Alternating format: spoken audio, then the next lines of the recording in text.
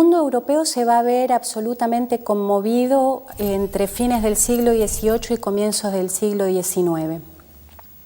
Esa conmoción va a estar dada por dos hechos fundamentalmente.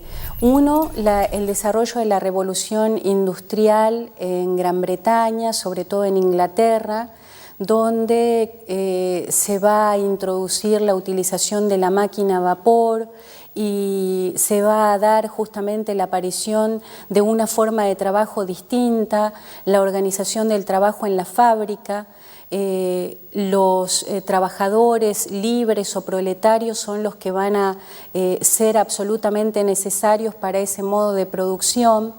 Otra de las características va a ser justamente la propiedad privada y sobre todo la instalación del libre comercio, pero en general va a ser un libre comercio de fronteras inglesas hacia afuera, porque hacia adentro son absolutamente proteccionistas, no dejan introducir ningún tipo de mercadería que no sea inglesa porque generaría justamente competencia con la producción propia.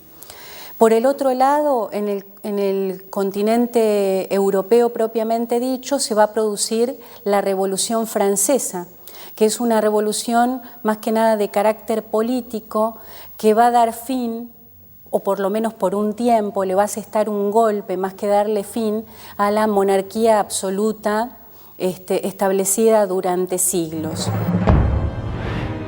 La rivalidad entre Francia y Gran Bretaña por el dominio europeo se dio cita en 1805 en Trafalgar.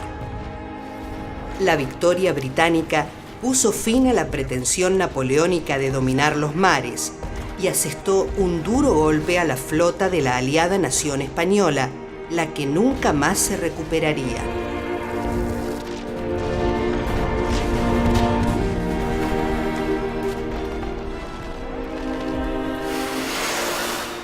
Encerrado en el continente, Napoleón optó por la guerra económica.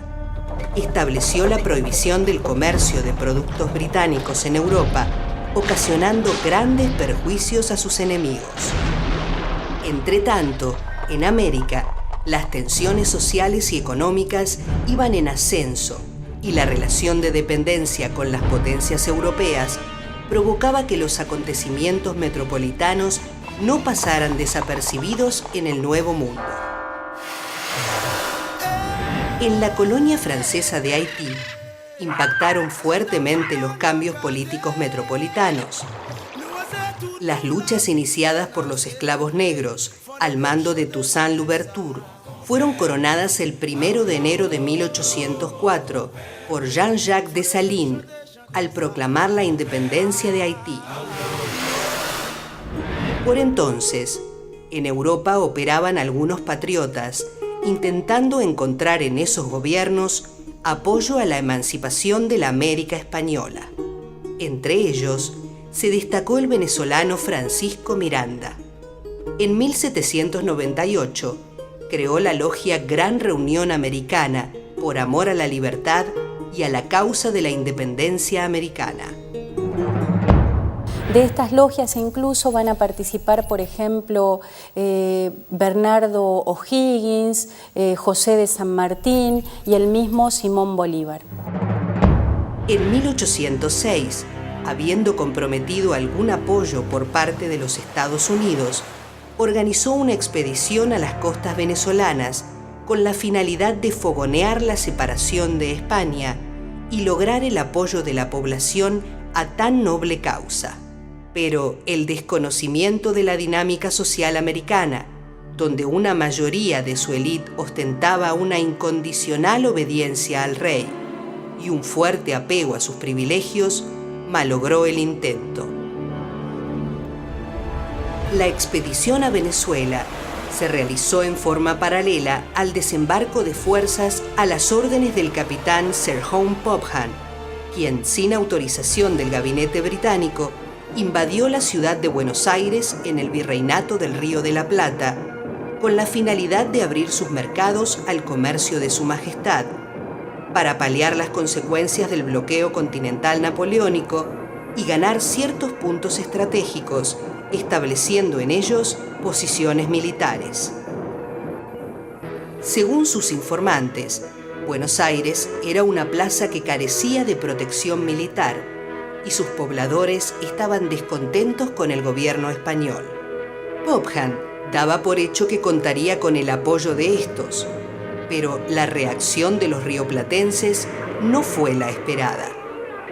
Prontamente se organizaron grupos de resistencia, milicias populares, que lograron expulsar a los invasores en 1806 y 1807.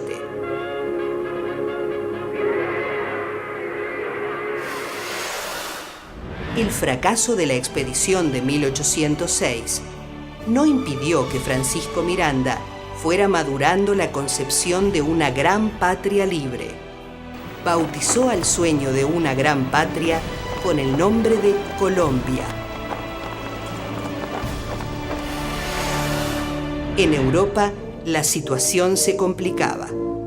Portugal desoyó el bloqueo continental y, como represalia, su territorio fue invadido por Napoleón. Ante esa circunstancia, la corte portuguesa se trasladó al Brasil, instalándose en Río de Janeiro en marzo de 1808. Ese mismo año, el rey Carlos IV y el rey Fernando VII renunciaron mutuamente al trono de España y lo entregaron a José, hermano de Napoleón Bonaparte. Esa situación provocó una grave crisis política que, sumada al fracaso de las reformas borbónicas, generaron la ruina del Imperio Español. Ruina fundada en la impotencia de su burguesía para barrer a fondo las instituciones de la vieja sociedad, conjurar los espíritus feudales y establecer un régimen capitalista en el reino y sus colonias. Luego de la batalla de Trafalgar, España quedó desvinculada de su nexo atlántico, sin posibilidad de garantizar las comunicaciones y el comercio con la metrópoli, ni tampoco imponer su presencia naval. Ese momento coincidió con la efervescencia de los movimientos de emancipación americanos. Los primeros levantamientos se produjeron en Chuquisaca, en 1809. Estudiantes radicados en esa ciudad se reunieron para discutir las pretensiones al trono de España de la princesa portuguesa Carlota Joaquina. Fueron encarcelados, luego de lo cual la población salió en su apoyo y exigió la renuncia del gobernador intendente. En La Paz, patriotas liderados por Pedro Murillo conformaron una junta de gobierno encargada de tutelar los derechos civiles de la población.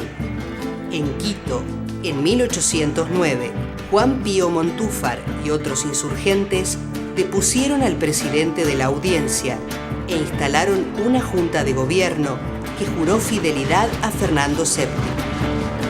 Todos estos movimientos fueron reprimidos desde Lima y los hombres malignos y perjudiciales, afectos a ideas subversivas, según fueron descritos por los europeos que participaron en ellos, fueron muertos o perseguidos. Lima se configuraba como el bastión realista en Suramérica. Tarde o temprano, para desarrollar y consolidar la independencia, sería necesario vencer al gobierno virreinal limeño. En el Virreinato de Nueva España, lo que actualmente constituye el territorio de México y el norte de América Central, el Imperio Español va a sufrir un durísimo golpe de la mano de un movimiento revolucionario iniciado por el cura Hidalgo, seguido por campesinos sobre todo y también por algunos criollos. ¿Qué es lo que se pedía? El dominio de las tierras comunales indígenas que habían sido expropiadas por parte de los españoles, tierras que los españoles la dedicaban fundamentalmente a la agricultura, a la ganadería y también a la minería. En Guadalajara, Hidalgo constituyó el primer gobierno insurgente, abolió la esclavitud, eliminó el monopolio de la corona en la producción y venta de tabaco y vino, redujo los impuestos, restituyó la tierra a los indígenas, ordenó la impresión del periódico El Despertador Americano para difundir los ideales libertarios. Las acciones militares de los realistas pusieron en jaque a los revolucionarios y sus principales jefes fueron apresados y fusilados. Hidalgo fue acusado de profesar y divulgar ideas exóticas, tender a la disolución social y buscar que México se independizara del Imperio Español. A pesar del fracaso, Francisco Miranda no dejó de trabajar en pos de la independencia. Desde Londres, en marzo de 1810, publicó el periódico El Colombiano, que circuló en Caracas. En abril de ese año, una comisión del Consejo de Regencia llegó al puerto de La Guaira, trayendo la noticia de la disolución de la Junta Central de Sevilla y la invasión francesa. El 19 de abril, en cabildo abierto y ante la presencia de los caraqueños, el capitán general Vicente Emparán fue depuesto de su cargo y arrestado. El cabildo proclamó la conformación de una junta de gobierno. Simón Bolívar fue enviado a Londres como representante de la Junta Suprema ante el gobierno británico. Allí entró en contacto con Francisco Miranda. ¿Es usted, verdad? Usted es... Francisco de Miranda. Yo soy Simón Bolívar. Y regresaron juntos a Caracas a fines de 1810. El 11 de julio de 1811, el Congreso Nacional, que había sido convocado por la Junta de Gobierno, proclamó la independencia de Venezuela y elaboró una constitución que fundaba una república federal, consagrando como gobernante a Francisco Miranda. ¡Viva Miranda!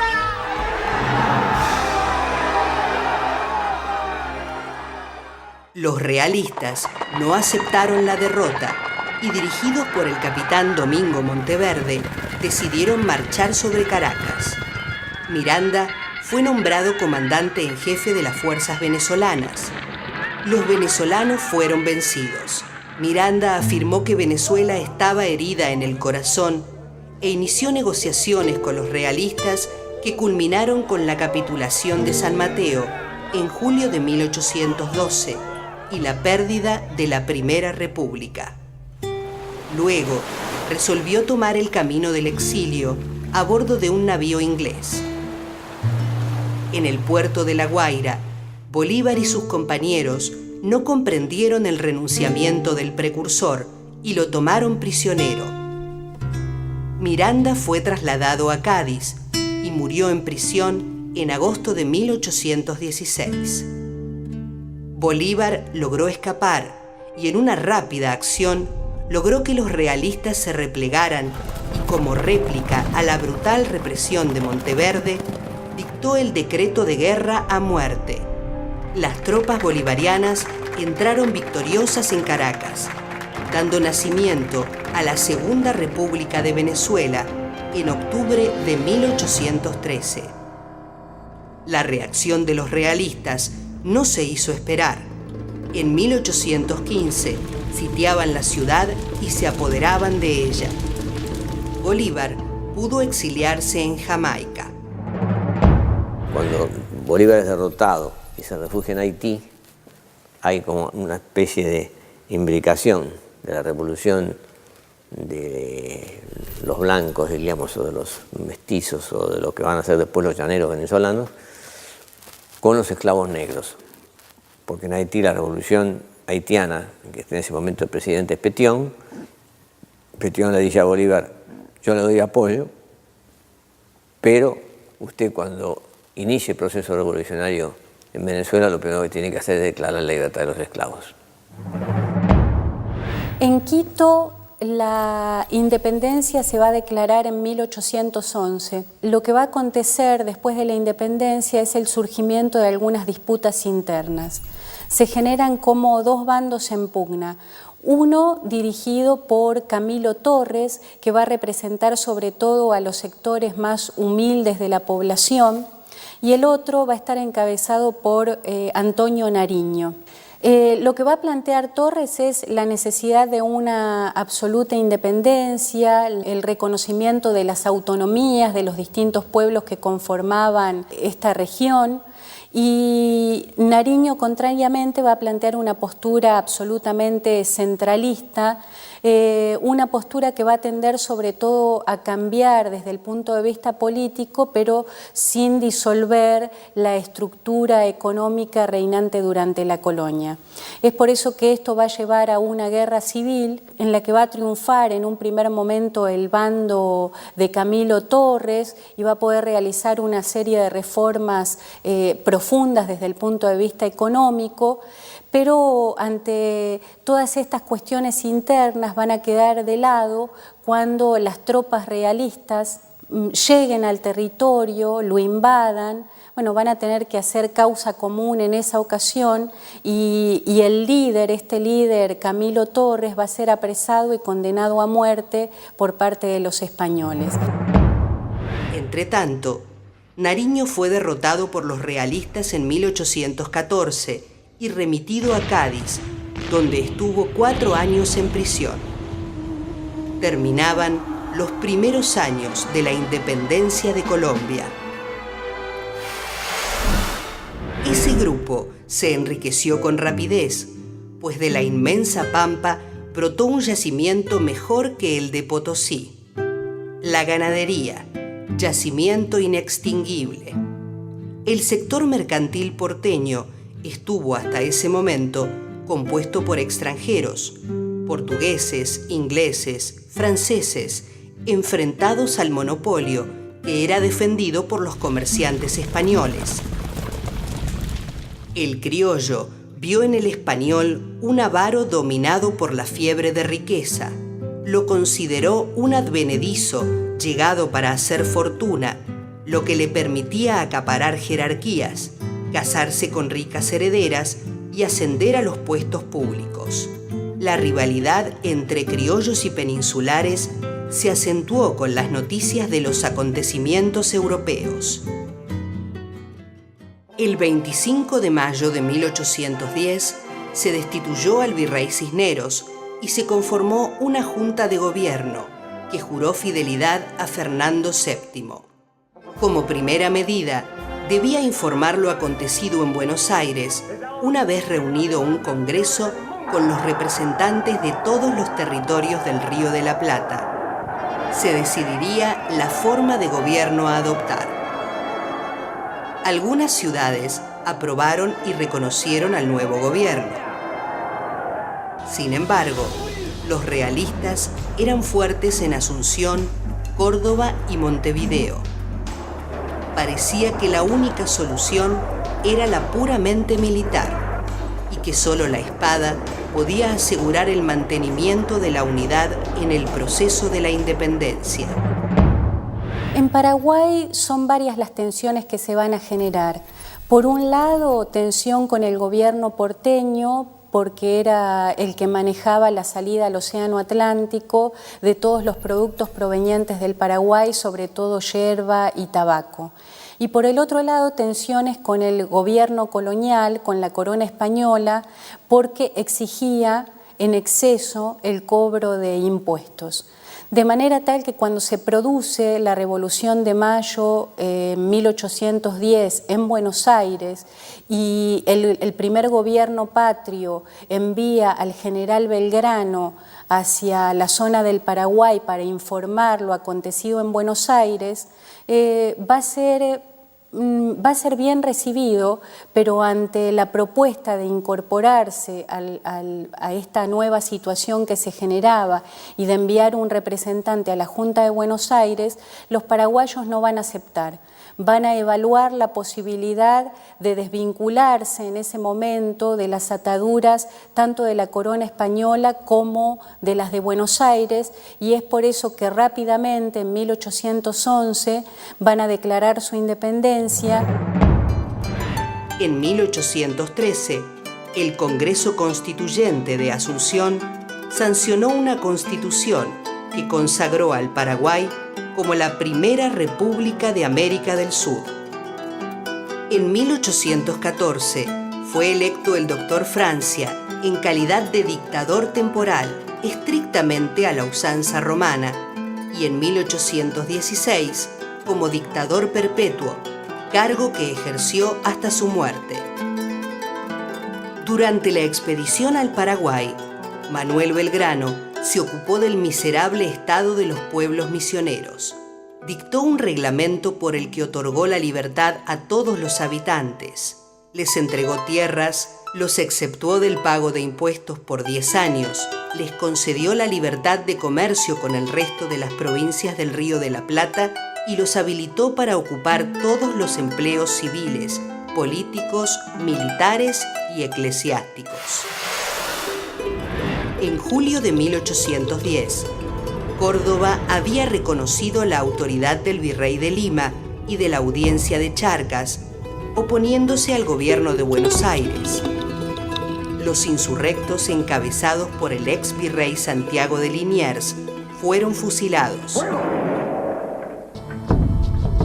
La expedición militar al mando de Antonio González Balcarce y de Juan José Castelli continuó hacia el Alto Perú, ocupado por tropas realistas.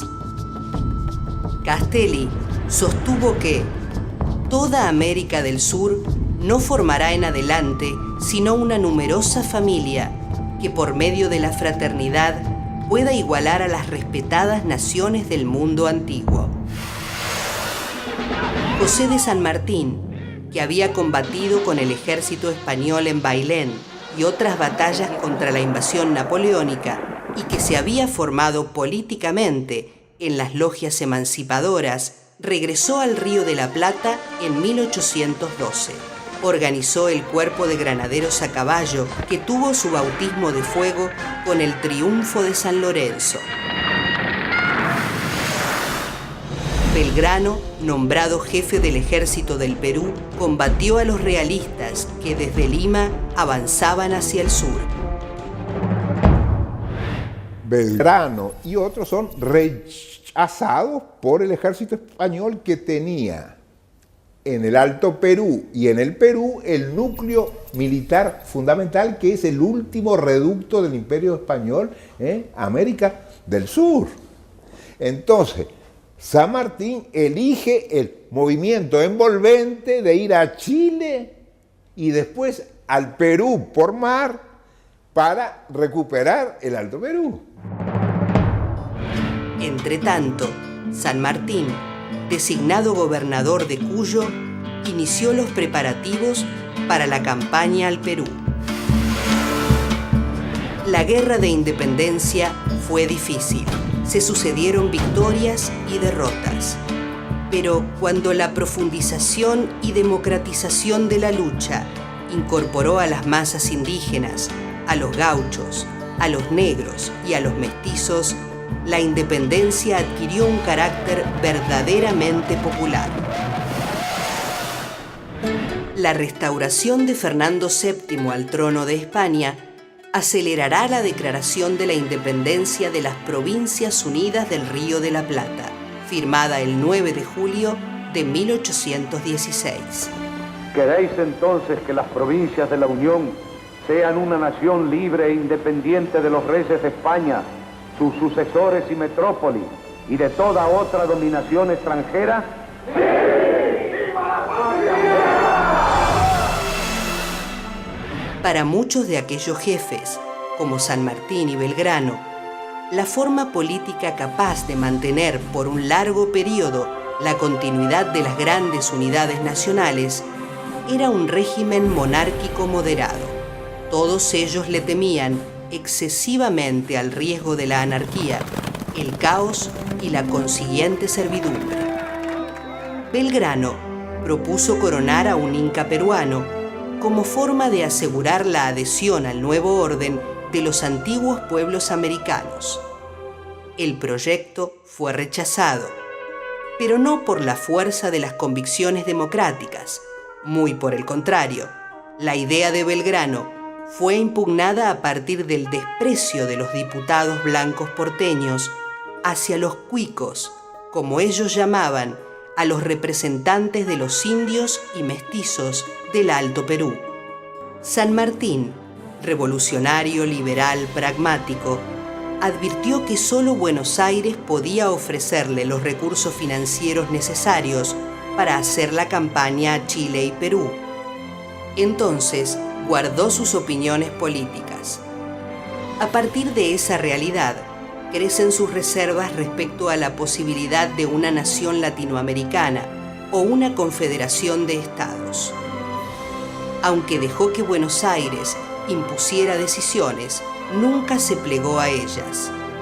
Por el contrario, manifestó su voluntad de acordar con caudillos provinciales, con Artigas, y se rebeló contra las órdenes oficiales de retroceder con sus tropas y aplastar insurrecciones en el interior del país.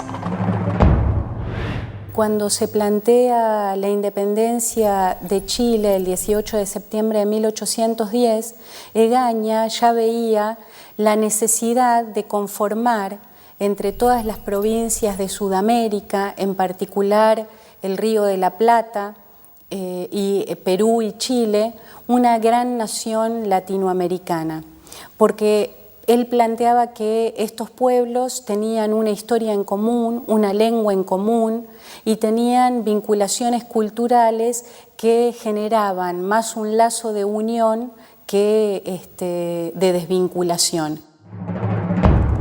El general San Martín contribuyó decisivamente al proceso de emancipación americana, pero fue Bolívar el más consecuente en la lucha por la unidad nacional de las viejas colonias españolas.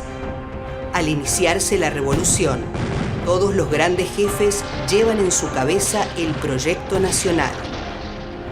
San Martín, Bolívar, Artigas, Egaña, Monteagudo, el deán Funes, todos encarnan el movimiento de las nacionalidades en Latinoamérica.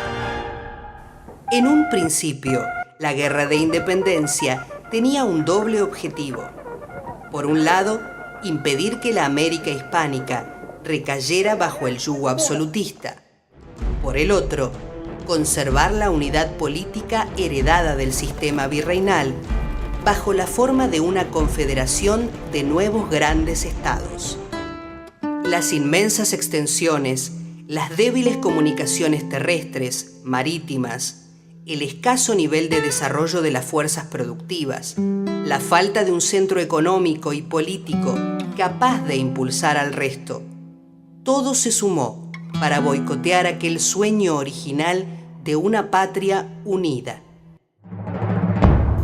La fragmentación o la balcanización se da a nivel de estados, o sea, efectivamente uno puede decir es una nación, Latinoamérica, o los latinoamericanos, dividida en un conjunto de estados. Pero no solo hay un conjunto de estados, ha habido también historias y procesos políticos que han tendido a separarnos o a ignorarnos. Y quizás uno de los grandes puntos ha sido cómo recuperamos, y eso es un proceso que se está dando ahora, la relación entre la antigua América hispana y la antigua América portuguesa, que pone una diferencia de lengua, por ejemplo, y de tradición distinta, ¿no? Finalmente, la América hispana se hizo independiente y republicana en los comienzos del siglo XIX y Brasil fue un imperio hasta fines de ese siglo. Un segundo punto, o un ejemplo de cómo se ha separado, cómo las élites políticas no han visto esta integración o esta nación y han apostado a la balcanización, en parte somos nosotros los argentinos un buen ejemplo, ¿no? Donde una élite política que organizó el país no se sintió parte de Latinoamérica, sino se sintió una prolongación de Europa en tierras americanas y rodeada de una serie de vecinos con los cuales no tenía prácticamente nada en común. Entre 1810 y 1816, las juntas en América se manifestaron aquí y allá. Se declaró la independencia de algunos territorios. ¡Viva la independencia! Pero la fragmentación política hizo su aparición bajo el manto del federalismo o de las satrapías locales. Cada provincia proclamaba sus autoridades y cada aldea juraba a una junta independiente y soberana. En la primera etapa de la lucha por la emancipación, reinó un espectáculo de división y caos. Después del proceso de independencia, sobrevino la balcanización.